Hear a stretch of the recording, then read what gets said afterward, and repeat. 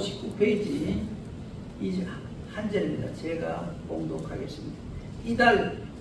이날에 유다인들이 대적에게서 벗어나서 평안함을 얻어 슬픔이 변하여 기쁨이 되고 애통이 변하여 길한 날이 되었으니 이 두 날을 지켜 잔치를 베풀고 즐기며 서로 예물을 주며 가난한 자를 구제하라 하네. 아멘. 불임절에 관한 이스라엘 유대인들이 지금까지도 지킨 불임절에 관한 말씀, 제목은 대적의 문을 취하라 라는 말씀을 증거하도록 하겠습니다. 잠시 기도하겠습니다. 거룩하신 하나님, 몇 주절로 절기 예배를 통해서 은혜를 받게 하시고 하나님의 성령이 임재하시는 오순절을 통해서 교회가 시작되고 구원의 역사가 완전히 저희들에게 임해서 이 땅을 복되게 살다가 하나님 부르시는 저희들이 영원한 천국에 이르는 것을 추호 의심 없이 믿는 믿음을 축복하여 주시기를 바랍니다. 하나님, 오늘 오후 이 시간에는 에스더서를 통해서 대적의 문을 취하라는 말씀을 가지고 은혜를 받고자 합니다. 전하는 자나 듣는 자가 피차에 은혜되게 하여 주시길 바랍니다. 승리하게 하여 주시옵소서. 감사하며 우리를 구원하신 예수님 이름 받들어 기도 올려옵나이다. 아멘. 7월 1일에 더워서 와이셔츠 바람으로 전하지 못하겠습니다. 날이 엄청 더워요. 앞에 예배드릴 첫 번째 순서가 보통 기도 후에 주일 오전 예배나 모든 예배 담임 목사님 또 설교를 담당하는 주의 종들이 첫 순서가 기도 후에 찬양을 드려요. 하나님 앞에 찬양 드리는 것을 위해서라고 말을 해요. 바꾸어 말하면 하나님 앞에 우리의 진실되고 솔직한 마음을 드리기 위한다는 표현을 마음의 문을 연다 이렇게 얘기를 하죠. 결국 찬양은 하나님 앞에 드리는 것이기 때문에 우리 마음 문을 여시는 것은 우리가 아니라 하나님이 찬양을 받으시고 성령님을 통해서 우리 마음 문을 여시는 겁니다. 지금 이 시간에 여러분들 마음속에 다른 생각으로 마음 문을 꽉 닫고 있으면 오늘 제 말씀 전하나마나 흔들립니다. 안 들려요. 마음 문을 닫고 있으면 안 들린다. 여신다는 것은 역설적으로 말하면 닫으시기도 한다 그 말입니다. 그렇잖아요. 연다는 말은 반드시 반대되는 닫는다는 말도 의미도 생각해 볼 수가 있어요. 그러니까 항상 우리는 하나님 앞에 마음문을 열어달라고 기도해야 됩니다. 우리 스스로 흔히 이런 말을 하죠. 내 마음 나도 몰라. 이런 식의 표현을 우리가 하죠. 빌립보 4장 7절에 보면 그리스도 예수 안에서 너의 마음과 생각을 지키시리라. 우리 마음과 생각을 지키는 건 성령님께서 지키신다는 말이에요. 즉 하나님을 지킨다는 말이에요. 또 잠언에 보면은 4장 23절에 무릇 지킬 만한 것보다 더욱 내 마음을 지키라. 생명의 근원이 이에서 납니다. 사랑하는 성도 여러분, 마음의 문을 열었을 때 하나님 말씀이 귀에 들리기 시작해요. 어떤 성도는 야, 80에 불러섰다는 말 한마디에 나는 뭐 설교 말씀에 원고에 있으니까 전했는데 어떤 듣는 사람은 그때 마음이 확 열린 거예요. 오면 나도 80에 부름받을 수 있구나 라는 이 긍정적인 마음이 생겼다는 건 성령이 내 마음을 열어줬다는 거예요. 그래서 내가 그 말 듣고 너무너무 놀라서 야, 나도 80부터 부름받으면 한참 쓰겠네.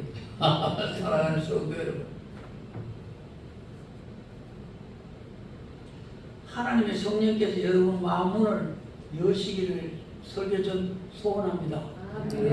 그래야 하나님 말씀이 들리니까. 결혼하신 집사님들의 옛날을 한번 더듬어 기억해 보세요. 그럼 여러분이 이런 표현을 해요. 아, 나는 그 사람하고 마음 뺏겼어. 이런 표현을 잘 해요.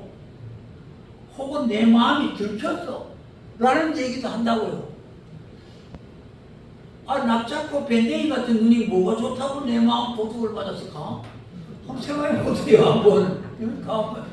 참 사람들 지나가는 구경하면요, 무지하게 재밌어요. 하여튼, 무지하게 재밌다고. 하나님의 세상에 어찌 저래 만들었을까?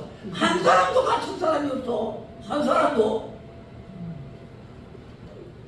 결혼을 하시게 된 동기는 몇 번을 만났든지 간에 결정적인 계기는 여러분의 마음문을 연 그때부터 상대의 이야기도 들리고 매력도 생기고 평생을 맡길 결심을 하게 되었지 않았나요? 여러분? 그렇다면 마음문을 연 동기가 어디 있었나요? 어떤 사람은 키가 큰 것이 마음에 들어서 이것저것 안 보고 그냥 자기 마음을 허락했다는 거야. 웃기는 얘기 아닙니까? 또 어떤 사람은 서글서글한 눈매에 반해서 마음문을 열었대요. 여러분 가만히 20대 때 결혼하기 전에 한번 생각해보세요. 뭐 때문에 내 신랑 내 아내가 마음문을 열었을까? 한번 생각해보세요. 근데 집사람한테 물어봤어요. 젊을 때 내가 매력이 있어서 그랬더니 이제야 나이 80이 다 돼가서 이제 고백하는데 당신 매력이 있어서 이러더라고. 지금도 그 사람이 기분이 좋아요. 괜히 속았지 이런 기분 나쁜 거 아니에요. 안 그래요? 여러분들은 감동을 잘 못하네요. 보니까 가만 그때를 항상 생각해봐요.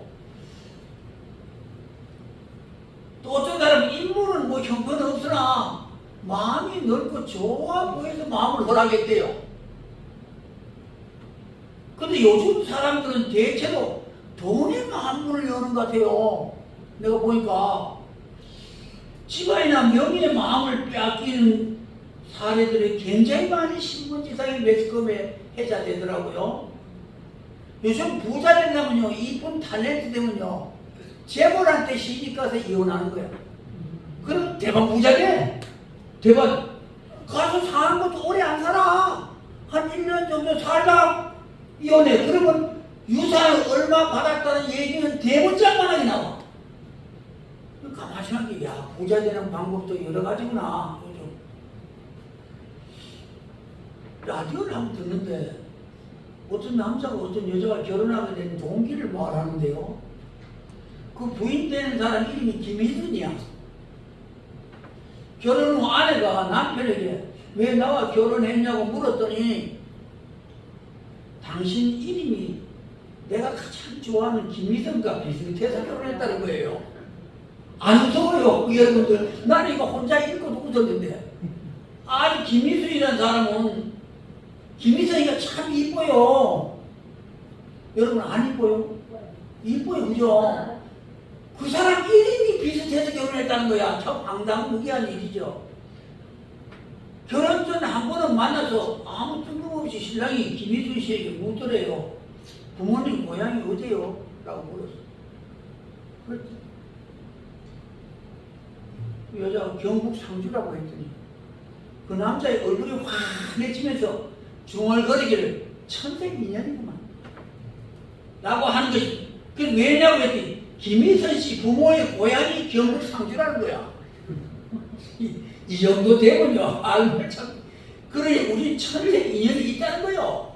그렇게 우기는 거예요, 그냥. 그리고 얼마나 김희선을 사모하고 사랑했든지 결혼 날짜도 김희선 생일날 하고 결혼 후 축하 케이크에 촛불을 끄면서도 언제나 김희선을 축하한다며 축하하더래요. 여보, 그럼 나하고 살겠어? 봐, 대화 안 한다고 그러지. 그리고 거기서 끝나지 않고 첫 아들을 낳았는데 그의 포부는 자기는 김희선과 결혼을 못했지만은 김희선의 딸을 낳았기 때문에 장차 사돈을 맺겠다는 꿈을 가지고 있다는 거야. 아내가 하도 얄미워서 신랑 보고 부자가 되어야 그런지까 사돈을 맺지 라고 빈정되었더니 내일부터 야근할 거야. 참나 정말. 그래서 평생 야근해봐라. 김일성과 사돈되라. 라고 웃기는 실제 이야기를 들었습니다. 제가 왜 이런 우스운 이야기를 할까요? 세상 근심 있고 마음문을 좀 열라고 지금 내가 이런 소리를 하는 거예요. 헛소리 비슷한 걸 하는 거예요. 오늘 말씀의 제목이 대적인 문을 취하라. 취하다는 말은 빼앗다는 말이에요. 이게 열다라는 의미가 있습니다. 옛날 전쟁에서는요, 적의 성벽문이 열리면 끝장나는 겁니다. 전쟁이 끝났어요. 전쟁에서 가장 치열한 전투는 언제나 성벽의 문에서 일어납니다. 아무리 견고한 성이라도 성문이 열리면 끝장난 거예요.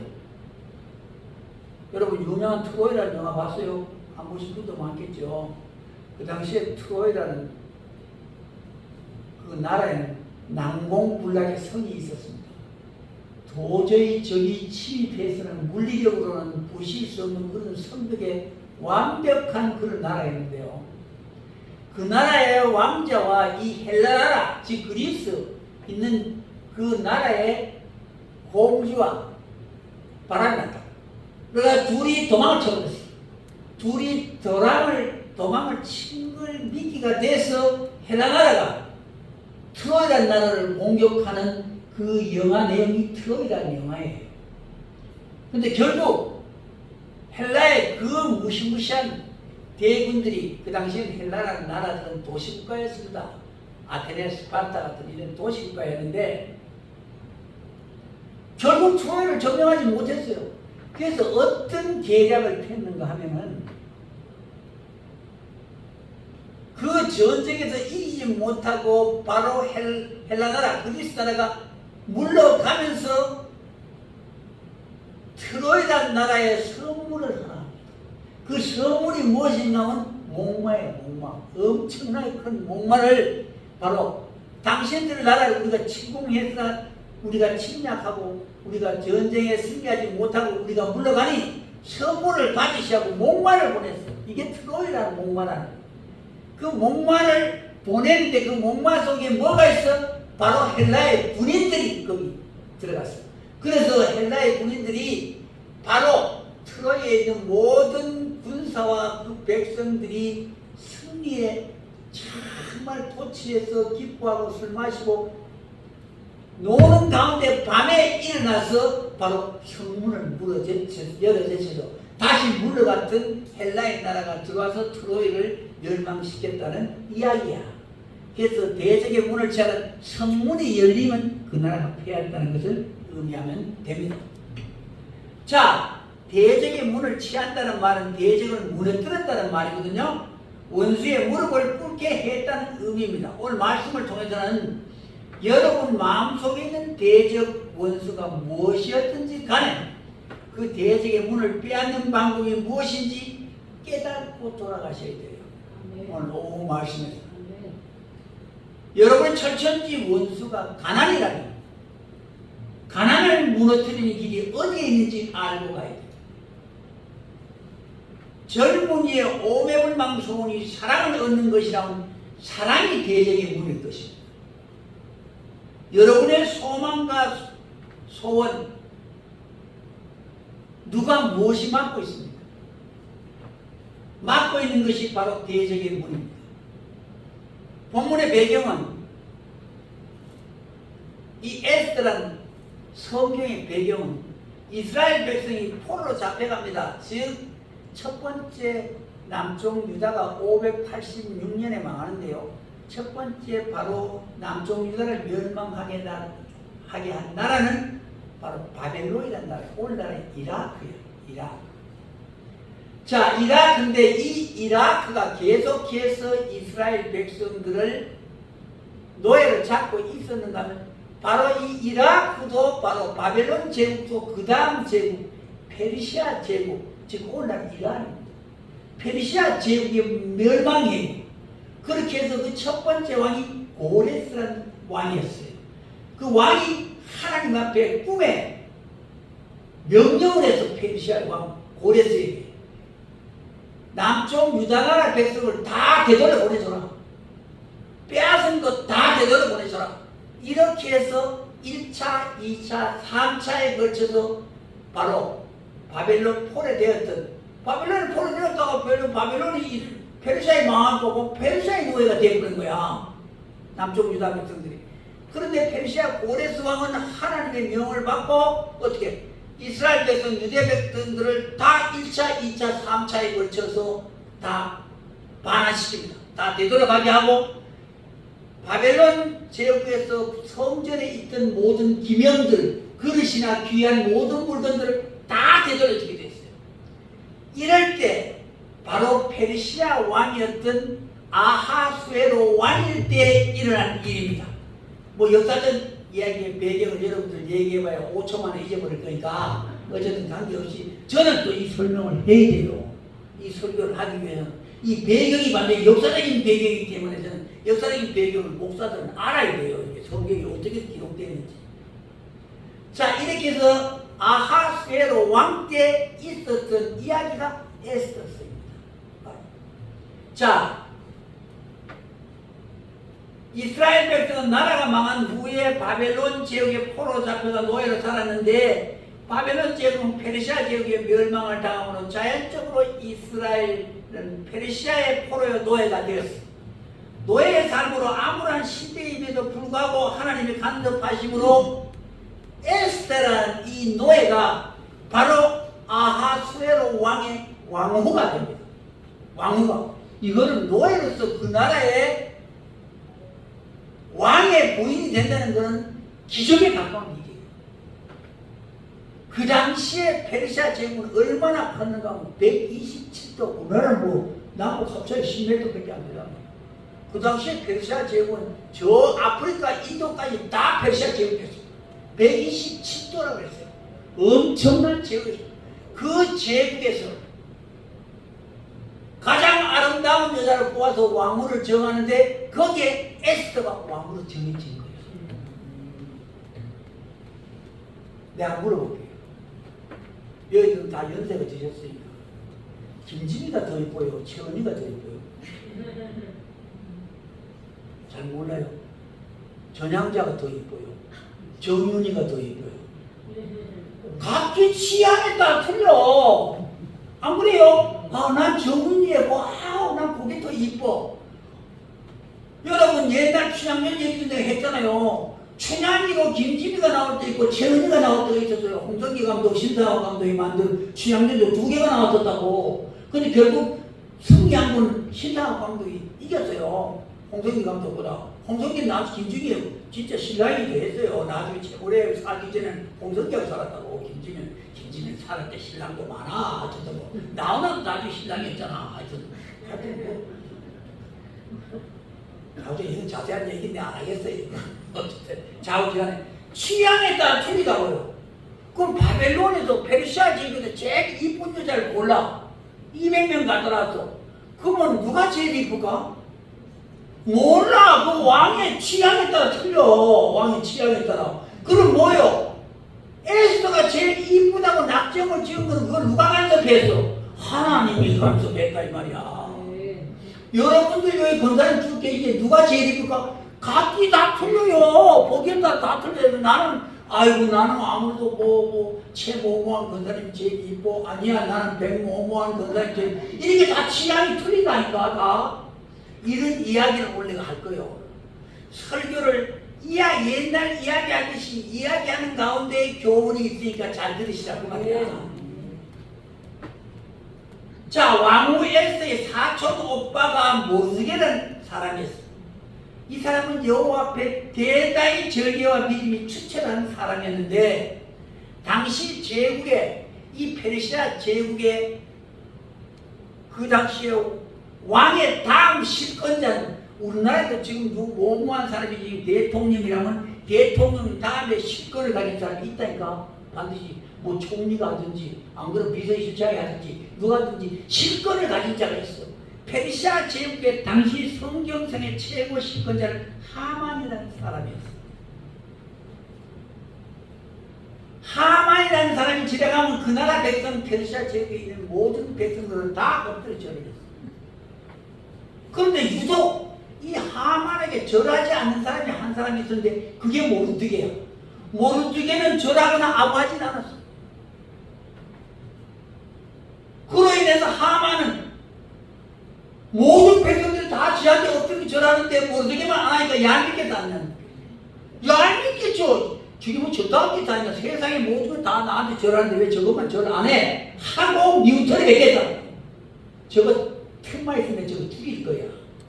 근데 얼마나 믿기가 싫었든지 간에 저거 한 놈만 죽여도 안 되겠다. 저 민족을 다 죽여야 되겠다. 이런 마음이 생겼다는 거야. 성경에 보면은 유대민족 전부를 다 말살시켰다. 이렇게 해서 노예로 잡혀온 유대민족은 풍전등화와 같은 위기를 당했어요. 그러나 하나님은 이때 왕후 에스더와 유대민족의 기도를 들으셔서 화가 복이 되게 하고 애통이 변하여 기쁨과 위로가 되게 했을 뿐만 아니라 오히려 유대민족을 대적했던 하만과 그 집을 멸해서 민족이 살아나는 기적적인 사건이 에스더의 내용이야. 이 에스더의 내용이야. 인간사 세상에서 가장 통쾌하고 기쁜 일은 뭐니 해도 돈이 아니고 원수 대적의 문을 빼앗는 일이 가장 통쾌한 일일 것입니다. 어떤 사람은 지 원수가 망하고 주는 것이 지 잘 되는 것보다 더 좋다는데 그런 사람 없어요? 살다 보면 그런 일이 있어. 인간사 세상에서 가장 통쾌하고 기쁜 일은 어쨌든 대적의 문을 빼앗는 일이야. 악한 주인 밑에 있는 노예가 기적같은 소망이 무엇일까? 자기가 주인이고 주인이 노예가 되는 것이 최고로 바라는 거야. 여러분, 와신상담이라는 고사성을 아십니까? 와신이라는 말은 장작더미, 즉 섭이라는 뜻이야. 와신이라는 말. 이게 춘추 전국시대 예수님이 이 땅에 오신 2000년 이전 한 500년 전쯤이 중국의 역사의 춘추 전국시대야. 주전 한 500년 정도 된 때가 춘추 전국시대. 이때는 중국의 수많은 나라들이 일어나고 망하고 일어나고 망하고 했던 그 혼잡했던 시대를 춘추 전국시대라고 해. 그런데 춘추 전국시대에 오나라와 월나라가 있었어. 오나라 월나라가 있었는데 오나라의 왕은 부차이라는 사람이고 월나라의 왕은 구차이라는 사람이었어.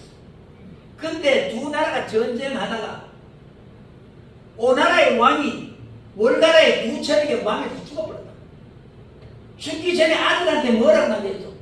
죽은 영화의 대체는 그렇지 모든 영화가 원수 갚는 거라고. 바로 아버지가 아들 부차에게 말하기를 내가 죽더라도 원수는 즉 구천에게 원수는 갚아다오 하고 죽었어. 이렇게 해서 이 오나라의 부처는 이름이 잘 여러분들 잘 기억이 안 되게 그냥 들으세요. 이 부차라는 사람은 원수를 갚기 위해서 그 원수 갚는 일을 잊어버릴까봐 잠을 자는데도 불구하고 그 나라 왕이면서도 장작더미 위에 쌌다는 거야. 장작더미 그 불편한 잠자리를 자면서 원수를 잊지 않았다는 거야. 그렇게 해서 아침마다 일어나면서 그 종의 시비를 새벽에 일어나면 첫 눈을 뜨자마자 부차야! 원수를 잊었느냐? 라고 부르짖어라. 이렇게 해서 이 부차는 자기 아버지의 원수를 잊지 않고 결국 오나라의 부차와 전쟁을 해서 결국 전쟁을 이겼다. 이겨서 이 바로 잠자기 위해 잠자를 하고 잤다는 게 와신이야. 와신. 하문으로 보고. 자, 그런데 이렇게 해서 부차라는 바로 그 월나라의 왕이 붙잡혀와서 자기한테 붙잡혀왔는데 죽이지를 않고 말똥을 치우게 하고 소똥을 치우게 하고 온갖 장리를 시키면서 원수를 갚아. 근데 이 부차는 또한 이 월나라의 자기를 괴롭게 하고 고통스럽게 하는 바로 오나라의 부차를 죽이기 위해서 상당 매일매일 쓸개를 씹었다는 거예요. 쓸개를 씹으면서 원수를 있지 않았다. 그렇게 해서 그동안 22년 동안 쓸개를 심으면서 결국 오나라의 바로 부차를 죽이는 결과로 원수를 갚았다. 이게 와신상담의 고사 이야기야. 와신상담의. 여러분, 와신상담으로 원수를 갚을 만큼 여러분 마음 가운데서 응어리진 건 없습니까? 어떤 사람은 가난이 맹세야. 철천지 죽어도 난 이 가난은 변하겠다는 사람이 있어요. 그렇게 해서 이런 고사란 말미암아 3대 부자 없고 3대 가난이 없다는 말이 그래서 일어난 거야. 사랑하는 성도 여러분, 또 절치부심이라는 말도 있잖아요. 이빨을 뽑아가면서 원수를 생각한다. 이렇게 해서 대적의 문을 얻기 위해서 이렇게 고통 가운데에도 결심을 하는 사례들이 있었다. 그 말이죠. 자, 2025년은 부자가 되기 위한 와신상담의 결심을 하시고 2025년은 믿음으로 절치부심하여 가정사의 문제와 신앙의 문제가 해결되는 승리해가 되기를 소원합니다. 오늘 본문에서 깊이 살펴보아야 할 핵심 진리의 교훈은 하나님이 간섭하시면 노예가 왕으로 바뀌고 신분이 바뀌고 노예가 페르시아 제국의 실권자가 되도록 역사하시는 존귀한 이름을 얻게 되는 약속과 비전이 이루어질 것입니다. 할렐루야. 마음 똑바로 정신 차리고 여러분 인생이 바닥이라도 괜찮습니다. 아무 것이 없어도 아무 지식이 없어도 의지할 곳 한 군데가 없어도 오직 하나님을 의지하고 하나님을 경외하며 때를 기다리면 반드시 이루어진다는 주님의 진리가 오늘 에스더 성경이야. 성경이니까 믿어지잖아. 진리니까. 자, 오늘 고난 가운데 하나님의 간섭하심으로 왕후의 존귀함을 얻은 에스더에 관해서부터 에스더서 9장에 이르는 내용 전체를 이야기식으로 제가 말씀을 드리겠습니다.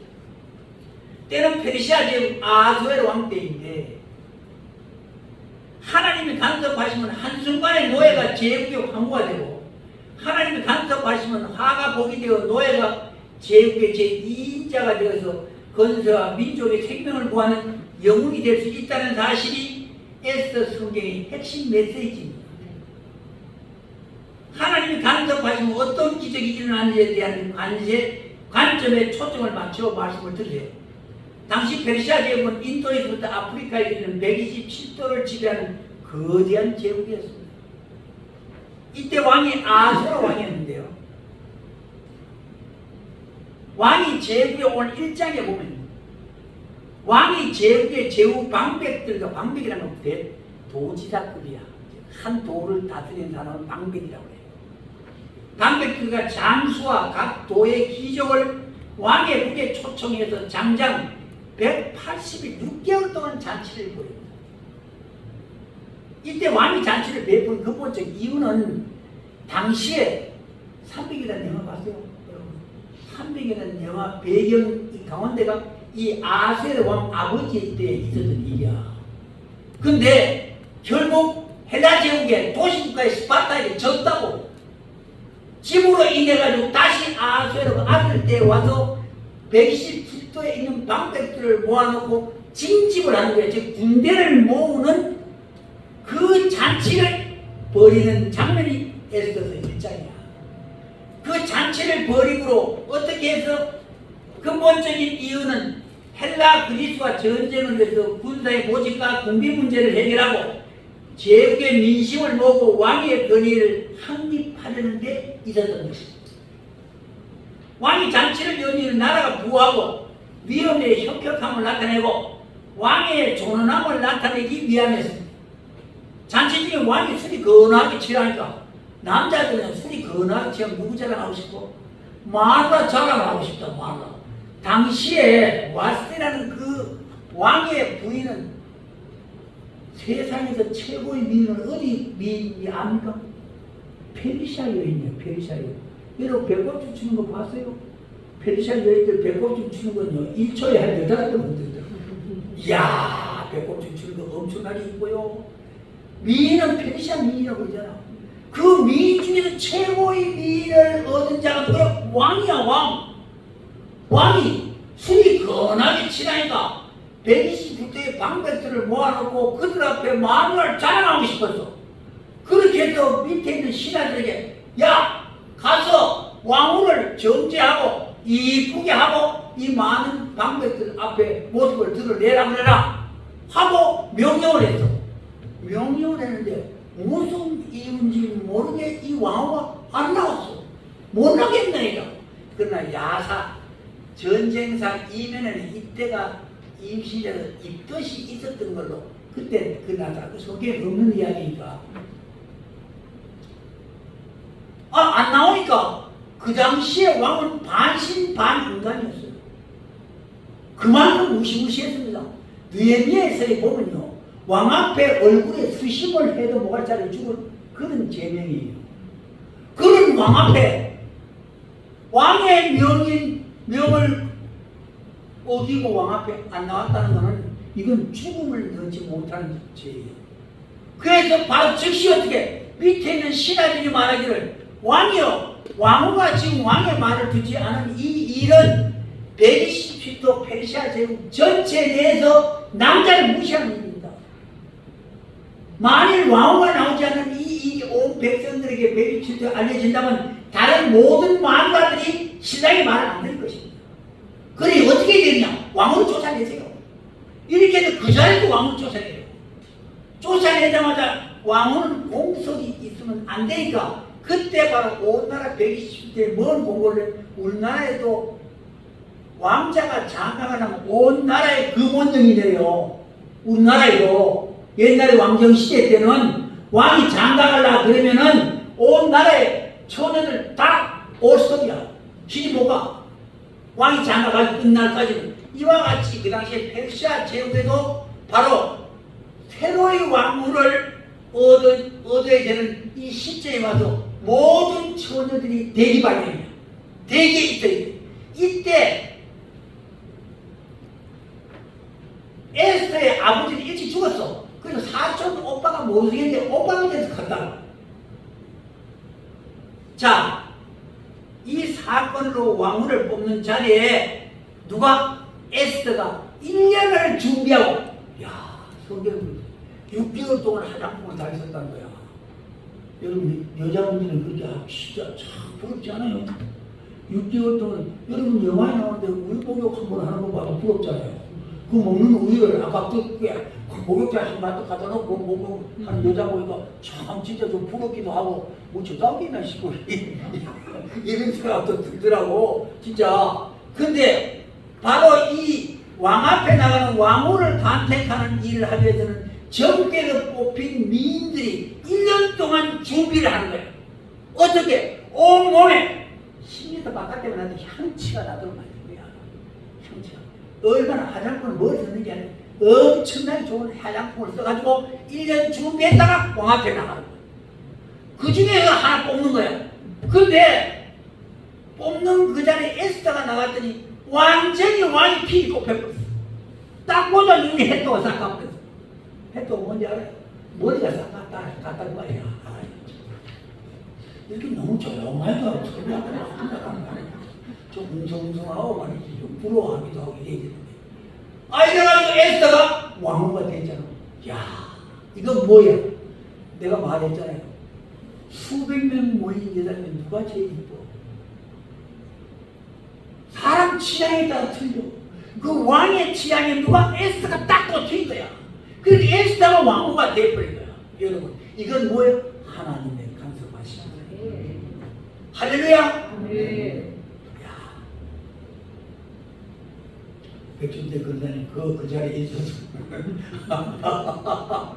오늘 권혁진 집사님도 못 만나고 자,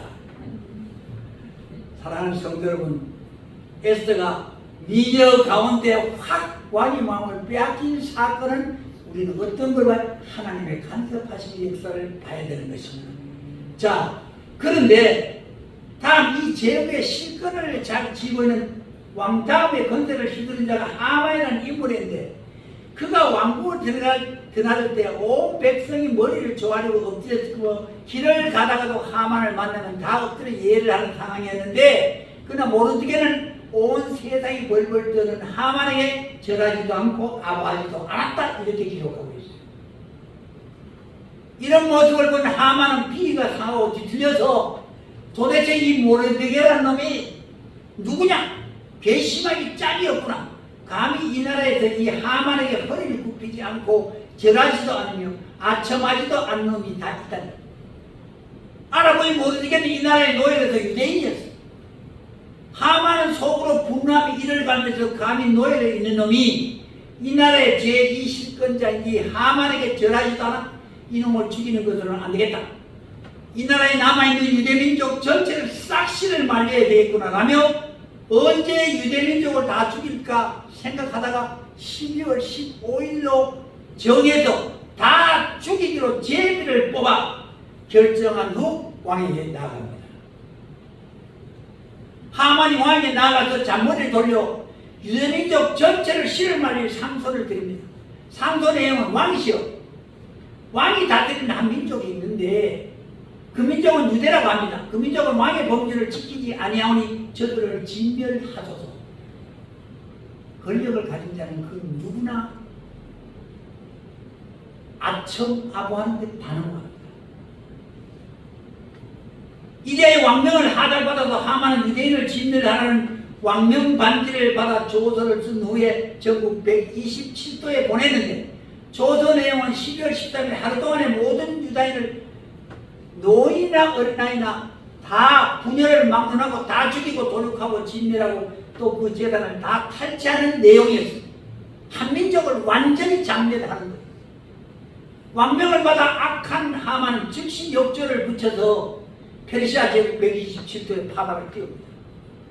이 사실을 안 모르드게와 에스더 왕후는 유대인들에게 금식을 선포하고 본인도 3일을 금식한 후에 죽을 각오로 아수로 왕 앞에 황후 에스더를 나갑니다. 당시 아무리 황후라도 왕이 부르지 않는데 왕의 궁정에 들어가면은 반드시 죽이게 되어 있습니다. 그러나 단 한 가지 사는 방법은 왕이 금호를 내미는, 금호라는 건 지공 비슷하게 왕의 건세를 나타내는 요만한 봉이 있습니다. 그 봉을 호라고 해요. 금호를 내미는 사람. 근데 왕후가 3일 금식을 하고 나갔더니 멀리서 왕 있는 자리에서 멀리서 왕후가 왔는데 보니까 말할 수 없이 있는 거예요. 여러분 여기서 여러분 진리를 하나 발견해야 돼요. 여자들이 제일 이쁠 때 언제? 금식해서. 여러분 총각들은 어디 가서 오늘 봐야 돼? 기도원에 가서. 금식하고 나온 처녀들 보면 화장품 최고로 잘생기고 더 이쁩니다. 금식한 여인들 사람들보다 더 이쁜 얼굴을 보여요. 기도원을 가보세요. 참 저는 뭐 여기서 많이 와봤습니다. 수도기도원에 많이 와봤는데 참 금식한 여인들 하나님 성령이 임재해서 하나님 영이 임하시기 때문에 온갖 잡티나 뭐는 싹 없어져요. 이렇게 해서 왕이 3일 금식하고 난 왕후를 보니까 뿅 가버렸어요. 우리도 응급들이 금호를 내리는 황후여 어찌하여 왔는고? 그랬더니 왕이시여 저희 잔치에 참여하여 주소서. 제가 3일간 잔치를 베풀게 해요. 그래 그럼 뭐 같이 가고만. 한 가지 저거는 저 하만을 데리고 오소서. 이렇게 해서 하만을 데리고 왕이 에스더의 잔치에 3일 동안 참석하는 내용이 기록되어 있습니다. 왕이 하만을 불러 왕후 에스더가 하만 너를 초청하였더니 참석하여라. 하만은 정신없이 기뻐합니다. 왕후가 초청을 했더니 얼마나 기뻐했겠어요. 이리하여 왕후 에스더가 베푼 연회는 연석하여 3일을 계속합니다. 하만은 너무너무 기쁘고 황홀했어요. 근데 연회가 끝나 집에 가려고 대궐문을 나설 때면 언제나 대궐문 앞에는 모르드게를 발견하고 기분이 팍 잡혀. 하만에게 절하지도 굽히지도 않으니까. 하만은 너무너무 괘씸하고 불해서 뭐 이따위 개 같은 놈이냐. 하고 집에 와서 저놈을 잡아서 장대에 매달 장대를 준비하고 무려 50kg는요 1규빗이 45cm야. 50cm 5, 25 25톤 38에서 8층 높이의 장대를 준비하고 아파트 8층 높이의 장대를 매달아서 거기에 저 모두개를 매달아 죽이겠다라는 계획을 만들었습니다. 이 부분에서 왕이 내시에게 묻습니다. 여봐라 모르드게로, 이 사건이 있기 전에 왕이 밤에 잠을 자는데 잠이 안 와. 잠이 안 오니까 역대기를 갖다가, 역대기란 그 당시에 왕은 언제나 그 나라 역사를 이토록 서보가 있어요. 서보가. 그 서보에서 역대기를 무작위로 배우게 했어요. 아무 역대기를 빼와서 왕 앞에 잠이 안 와서 읽도록 만들었어. 근데 생각해봐. 그 역대기가 어떤 내용인가 하면 모르드게가 궁 앞에 보초를 서는 그 가운데서 쿠데타를 일으키려는 사람들의 음모를 들었다고. 왕을 죽이자라는 음모를 듣고 고발함으로 말미암아 왕의 생명을 구했어. 생명을 구했는데 그 내용을 들은 왕이, 그러면 그자가 모르드게라는 사람이 내 생명을 살렸더니 어떤 상을 주고 어떤 관장을 내렸느냐라고 물고 아무것도 안 했다는 거야. 그렇게 해서 왕이 바로, 그러면 그 사람이 이 나라에서 가장 권세 있는 자리에다가 앉히고 내 반지를 빼고 이 나라의 제2인자로서 존귀함을 얻도록 하라는 명령을 내렸어. 순식간에 하가 변해서 가장 큰 기쁨의 면류관이 된 사건이, 이거 누구 간섭? 하나님의 간섭. 그 수많은 역대기 가운데 어찌 그 내용만 닦아서 읽게 만드냐. 이게 하나님의 간섭하심. 이상의 재미있는 이야기를 들으신 후에 반드시 찾아내어야 할 내용은 하나님 백성에 대한 어떤 간섭하심이 있었는가를 발견한 내용이 여러분이 은혜 받고 돌아가야 될 내용이에요. 첫째, 하나님의 섭리는 포로요 노예에 불과한 유대인 수고녀가 왕후가 되게 하신 일은 하나님의 간섭하심이었습니다. 여러분의 이 자리에 오게 하신 것도 하나님의 간섭하심. 하나님의 오늘 말씀을 듣고 마음속으로부터 아멘 하고자 하는 마음이 생긴 것도 하나님의 간섭이십니다.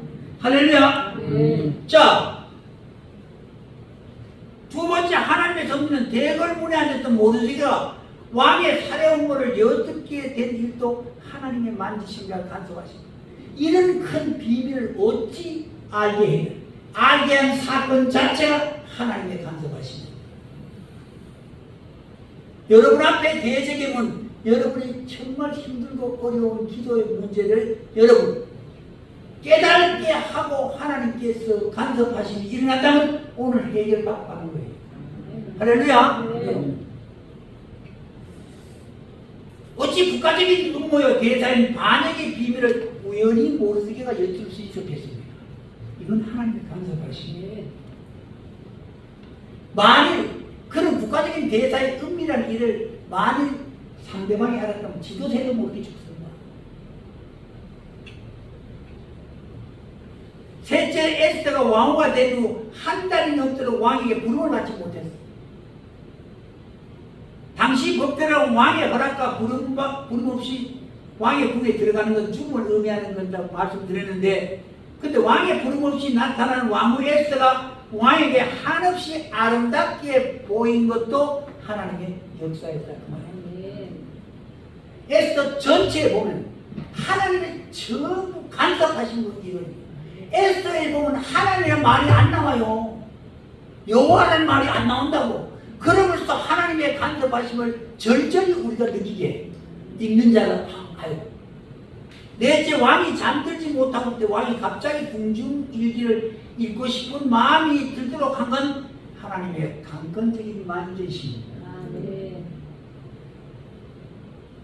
다섯째, 강교한 대적 하만이 모르드게를 매달아 죽이려고 만든 장대가 8층 높이의 그런 높이의 그 장대, 결국 누가 매달려? 자기가 매달려 죽는다. 그 자식들도 싹 다 죽는다. 하만의 친구의 싹 다 죽는다. 완전 대적의 문이 부서지는 역사가 일어나는 거예요. 할렐루야. 여러분들 앞에 대적이 다 있습니다. 여러분 생활 가운데, 사업 가운데, 계획 가운데, 인생 가운데 대적의 문이 있습니다. 이 문이 오늘 에스더의 역사하신 하나님의 역사가 간섭이 있길 바랍니다. 하나님의 간섭감이 있으면 여러분의 대적이 무엇이든 원수가 누구이든 간에 그 문을 취할 수가 있다는 사실을 깨달았을 것입니다. 노예의 자리에서 제국의 황후의 자리에 오르게 하시는 분은 하나님입니다. 감옥과 흉년의 그 땅 그의 이삭에게 100배의 결실을 맺게 하신 분은 하나님입니다. 그 땅 그의라는 말을 여러분한테 제가 설명했습니다. 남들이 다 안 될 때 100배를 얻는다는 거예요. 바꿔 말하면 1년 농사지어 100년 농사지었다는 거예요. 10수년 사형수감 방에 있던 요셉을 하루아침에 애굽의 총리가 되게 하신 분이 하나님입니다. 80노인 모세를 부르시어 300만 이스라엘 백성을 애굽에서 인도한 지도자로 세우신 분이 하나님입니다. 할렐루야. 127편 1절에 5절 말씀을 담임 목사님 인용한 말씀. 여호와께서 집을 세우지 아니하시면 세우는 자의 수고가 헛되며 여호와께 성을 지키지 아니하시면 파수꾼의 겸손함이 허술하다. 여러분의 대적 원수가 누구이며 어디에 있으며 무엇입니까? 대대로 내려오는 가난이나 원수 대적이 가난이라면 원수 갚는 길은 부자가 되는 거예요. 여러분의 원수 대적이 부치의 질병입니까? 소정부 집사님도 오늘 은혜 받고 사랑하는 권사님 위해서 기도하세요. 그러면 대적의 문을 취하실 것이다. 할렐루야. 나를 괴롭히고 힘들게 하고 우울하게 하는 원수 대적이 부부 문제입니까? 모르지 뭐 내가 안 봐서야 하나.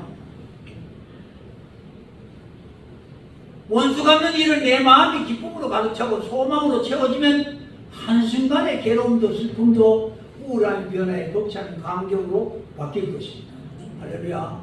2025년은 여러분 마음 안에 있는 모든 대적, 환경의 대적을 물리치시기 원하시거든 하나님을 의지하십시오.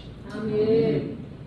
예수님 이름으로 기도하십시오. 아멘. 슬픔의 변화에 기쁨이 됩니다. 애통의 변화에 춤이 됩니다. 아멘. 할렐루야. 아멘. 마치겠습니다. 아멘. 잠시 기도하겠습니다. 하나님,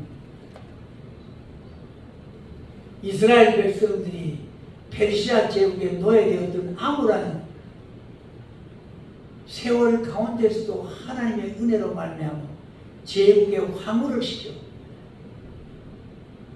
이스라엘을 구원하신 역사를 오늘 성경에서 읽고 전했습니다.